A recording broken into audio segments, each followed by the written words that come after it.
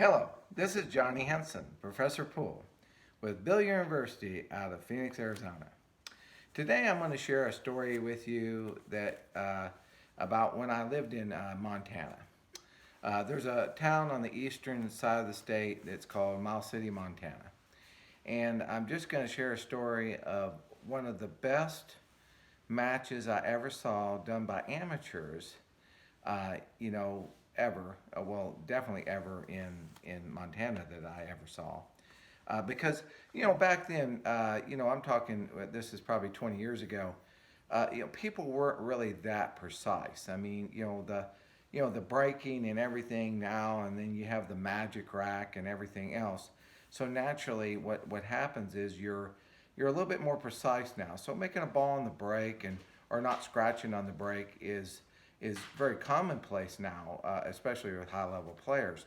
But back then, we were just pretty much just hauling off and hitting the balls as hard as we could. And a lot of time you might scratch on the break or you might end up not making a ball on the break, one of the two. But there's always a reason that something always happens, that would not allow you to continue. Anyway, this match was in Miles City, and it was between a player called Brian Erickson and Keith Arnold. And they were absolutely two of the best players in eastern Montana at the time. So this is basically a match of the heavyweights. They ended up doing a race to five in Miles City, Montana. And what was cool is, they basically flipped a coin and somebody won the flip. And basically the entire match was no one missed a shot. Um, the thing of it is they just went back and forth. The first person would break and run, and then the next person would break and run, and the next person would break and run. It was a race to five with no missed breaks and no missed shots.